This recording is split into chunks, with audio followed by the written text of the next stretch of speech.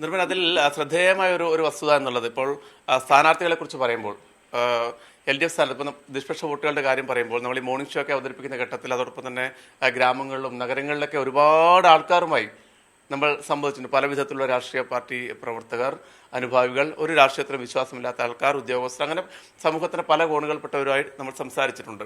ആ ഘട്ടത്തിലൊക്കെ അവർ എടുത്തു പറയുന്ന ഒരു സവിശേഷമായ ഒരു കാര്യം സരിൻ്റെ ഈ വിദ്യാഭ്യാസ യോഗ്യത. കഴിഞ്ഞവണ നമ്മൾ പറഞ്ഞല്ലോ, മെട്രോമാൻ ഈ സീസണിൽ ലഭിച്ച ഒരു ആനുകൂല്യം അതൊരു യാഥാർത്ഥ്യമാണ്. കാരണം അല്ലാണ്ട് BJPയുടെ മുന്നേറ്റം കൊണ്ട് രണ്ടാം സ്ഥാനത്ത് വന്നതല്ല. ഈ ശ്രീധരനുള്ള വ്യക്തിപരമായ ഒരു അംഗീകാരം, പാലക്കാട് ജനത ശ്രീധരനെ അംഗീകരിച്ചത് കൊണ്ടാണ്.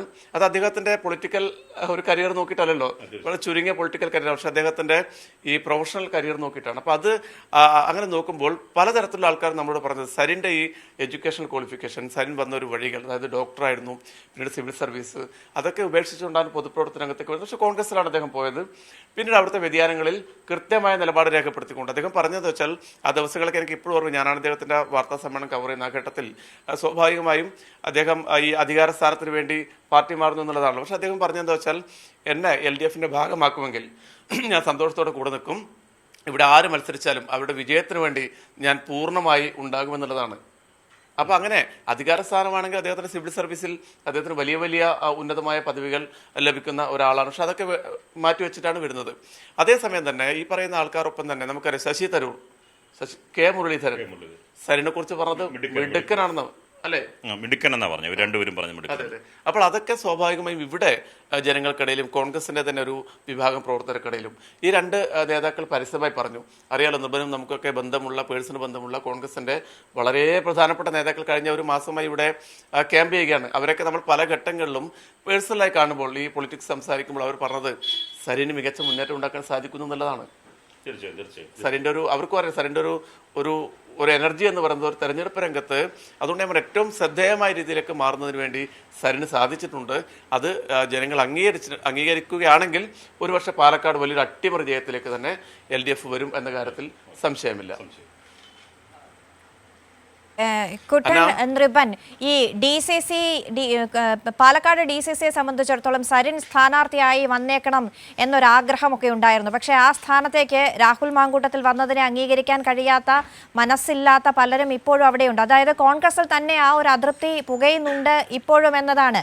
അതുമാത്രമല്ല, കഴിഞ്ഞ തവണ ഷാഫി പറമ്പിലിന് കിട്ടിയ മതനിരപേക്ഷ വോട്ടുകൾ ഇത്തവണ രാഹുൽ മാങ്കൂട്ടത്തിൽ പ്രതീക്ഷിക്കേണ്ടതില്ല എന്ന വിമർശനങ്ങൾ അവർക്കിടയിൽ തന്നെയുണ്ട്.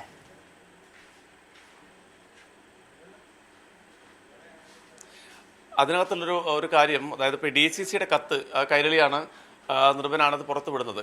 അന്ന് ആ കത്ത് പുറത്തു വന്നപ്പോൾ അങ്ങനെ ഒരു കത്തില്ല എന്നുള്ളതായിരുന്നു നേതാക്കളൊക്കെ പറഞ്ഞിരുന്നത്. പക്ഷെ തൊട്ടടുത്തത് അതിനകത്ത് ഒറ്റ പേരായിരുന്നു, എന്തായാലും സരിനെ സ്ഥാനാർത്ഥിയാക്കില്ല എന്ന് ഉറപ്പുള്ള ഘട്ടത്തിലാണ് DCC ഇങ്ങനെ ഒരു കത്തയക്കുന്നത്. K മുരളീധരനെ, അതായത് ഇവിടെ K കരുണാകരന് വലിയ സ്വാധീനമുണ്ടായിരുന്നൊരു കേന്ദ്രമാണ്. അദ്ദേഹത്തിൻ്റെ അനുയായികൾ AV ഗോപിനാഥ് ഉൾപ്പെടെയുള്ള ഒരു വലിയ നിര K കരുണാകരൻ്റെ ശിഷ്യന്മാർ ഇപ്പോഴും പാലക്കാടുണ്ട്. അപ്പോൾ അവർക്കൊക്കെ താല്പര്യമുള്ളൊരു നേതാവ് എന്ന നിലയിൽ K മുരളീധരനെ സ്ഥാനാർത്ഥിയാക്കണമെന്നായിരുന്നു ആ കത്തിനകത്തുണ്ടായിരുന്നത്.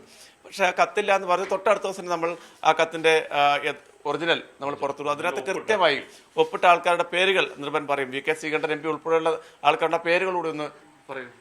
അന്ന, അത് തന്നെയാണ് ഈ കുട്ടൻ പറഞ്ഞതിൻ്റെ തുടർച്ചയായി നമ്മളന്ന് ഈ ആദ്യഘട്ടത്തിൽ DCC അധ്യക്ഷൻ തങ്കപ്പനടക്കം ഇങ്ങനെ ഒരു കത്തില്ല, വ്യാജമായി കൈരളിയുടെ കേന്ദ്രങ്ങളിൽ നിന്ന് ഉണ്ടാക്കിയതാണെന്ന തരത്തിൽ അവരുടെ AICC സംഘടനാ ചുമതല ജനറൽ സെക്രട്ടറി ആയിട്ടുള്ള ദീപാദാസ് മുൻഷി അടക്കം ദില്ലി പറയുന്നു. അത് കഴിഞ്ഞ ശേഷമാണ് നമ്മൾ ഈ കത്തിൽ ഒപ്പിട്ട പ്രധാനപ്പെട്ട 11 പേർ ഒപ്പിട്ടിരുന്നു. അതിൽ പ്രധാനപ്പെട്ട 5 പേരുടെ പേര് നമ്മൾ പറയുന്നത്. 3 മുൻ DCC പ്രസിഡന്റുമാർ, പാലക്കാടുള്ള MP VK ശ്രീകണ്ഠൻ, ഒപ്പം തന്നെ ഇവിടെ പാലക്കാട് ചുമതലയുള്ള സംഘടനാ ജനറൽ സെക്രട്ടറി K തുളസി അടക്കമുള്ള VS വിജയരാഘവനും അടക്കമുള്ള CV ബാലേന്ദ്രൻ അടക്കമുള്ള 3 മുൻ DCC പ്രസിഡന്റുമാരടക്കം ഒപ്പിട്ട കത്താണ്. ഈ കത്ത് വിവാദം അവർക്ക് പാലക്കാട്ടിലെ കോൺഗ്രസ് ഒരിക്കലും ആഗ്രഹിച്ച ഒരാളല്ല രാഹുൽ മാങ്കൂട്ടത്തിൽ എന്ന് സരിൻ പറഞ്ഞത്, ഷാനിബ് പറഞ്ഞത്, നമ്മൾ രാഷ്ട്രീയപരമായി ഉന്നയിച്ച കാര്യം പൂർണ്ണമായി തെളിയിക്കുന്ന ഭാഗമാണ് ആ കത്ത്.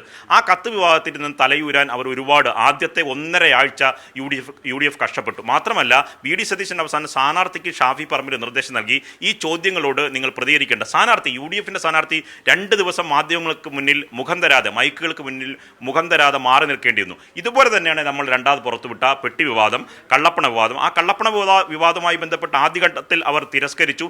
രണ്ടാമത് CCTV ദൃശ്യങ്ങൾ, PV കുട്ടൻ പുറത്തു കൊണ്ടുവന്ന നമ്മൾ ഒന്നിച്ച് കൈരളി ചർച്ച ചെയ്ത 2 CCTV ദൃശ്യങ്ങൾ, ഈ 2 CCTV ദൃശ്യങ്ങളിലെ ഇന്നർ ചർച്ചയിലേക്ക് പോകാൻ UDF തയ്യാറായില്ല.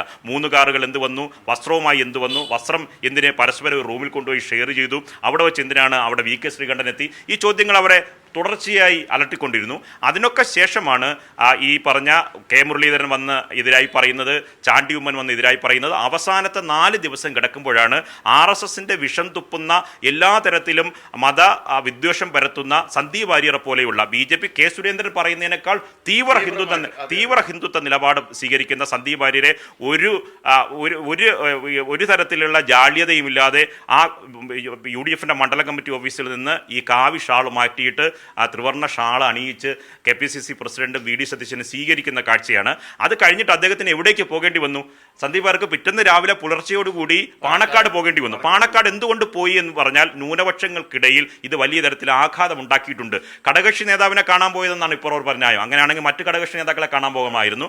അത് ഒരു സാമുദായിക നേതാവിനെ തന്നെ കാണാൻ പോയതിൻ്റെ ലക്ഷ്യം, സന്ദീപ് വാര്യർ ലക്ഷ്യമെന്ന് പറയുന്നത് ഇക്കാര്യങ്ങളിൽ വലിയ ആശങ്കയുണ്ടായിട്ടുണ്ട്. ഒന്ന്, പാലക്കാട് കുട്ടൻ തുടക്കത്തിൽ പറഞ്ഞ പാലക്കാട് എന്തുകൊണ്ടെങ്കിലും മത്സരം ഉണ്ടാക്കി അവിടെ തെരഞ്ഞെടുപ്പ് പ്രഖ്യാപിച്ചത് മുതൽ, തെരഞ്ഞെടുപ്പ് പ്രചാരണം ആരംഭിച്ചത് മുതൽ വിവിധ വിഷയങ്ങളാൽ സമ്പന്നമായിരുന്നു തെരഞ്ഞെടുപ്പ് പ്രചാരണം. അതിനൊക്കെ ഇന്ന് കലാശക്കൊട്ടോടുകൂടി തിരിതാണിരിക്കുന്നു. നാളെ നിശബ്ദ പ്രചാരണം. മറ്റ് തിരഞ്ഞെടുപ്പുകളിൽ നിന്നൊക്കെ വിഭിന്നമായി 2 ദിവസം കൊണ്ട് തിരഞ്ഞെടുപ്പ് ഫലം വരുന്നു എന്നൊരു പ്രത്യേകത കൂടി പാലക്കാടൻ ഉപതെരഞ്ഞെടുപ്പിനുണ്ട്.